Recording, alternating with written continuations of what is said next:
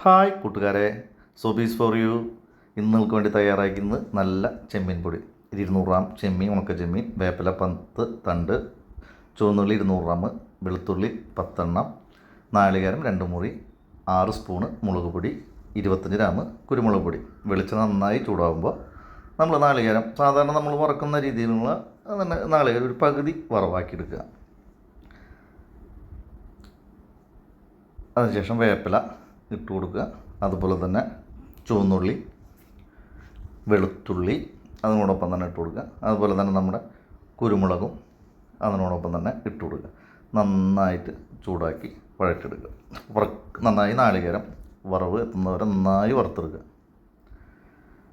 ഇതെല്ലാവർക്കും ഇഷ്ടപ്പെടുന്ന ഒരു ഐറ്റമാണ് കേട്ടോ. നമ്മൾ ഉണക്കച്ചെമ്മീൻ ചിലവർക്ക് ഇഷ്ടപ്പെടില്ല, ഉണക്കച്ചെമ്മീൻ ഇഷ്ടപ്പെടുന്ന എല്ലാവർക്കും. ഇപ്പോൾ ഇതിൽ നമ്മളൊരു നെല്ലിക്ക വലുപ്പത്തിലുള്ള നമ്മുടെ കോൽപ്പുളി എന്ന് പറയുന്ന കോൽപ്പുളി നമ്മൾ ഇട്ട് കൊടുക്കുക.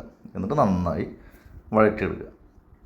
നാളികേരം ഏകദേശം ഒരു ഗോൾഡൻ കളറൊക്കെ ഇപ്പോൾ ഏകദേശമൊക്കെ ആയിട്ടാണ്.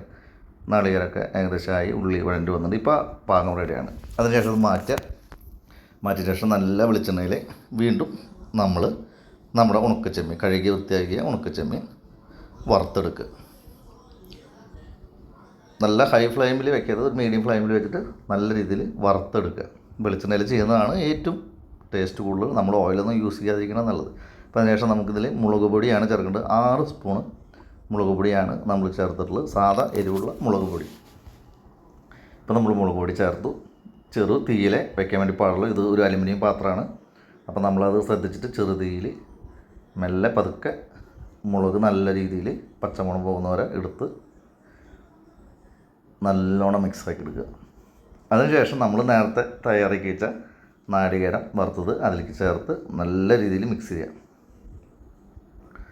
നല്ല രീതിയിൽ മിക്സ് ചെയ്ത് കഴിഞ്ഞാൽ നമുക്ക് ഇത് ഉണങ്ങി, അതായത് ഒരു ചൂടൊക്കെ ആറിയതിന് ശേഷം നമ്മുടെ നല്ല മിക്സിയിൽ നല്ല രീതിയിലല്ല, ഒരു 2-3 അടി അടിക്കാവുന്ന രീതിയിൽ അടിച്ചെടുക്കുക. അതായത് നല്ല പൗഡർ ആക്കരുത്, എന്നാൽ ഒരു തരിതരിയാണ് രീതിയിൽ അടിച്ചെടുക്കുകയാൽ നിങ്ങൾക്ക് ഇത് നല്ല സ്വാദിഷ്ടമായ ചെമ്മീൻ പൊടി നിങ്ങൾക്ക് ഇഷ്ടപ്പെട്ടെങ്കിൽ നിങ്ങൾ ലൈക്ക് ചെയ്യുക, സബ്സ്ക്രൈബ് ചെയ്യുക, ഷെയർ ചെയ്യുക.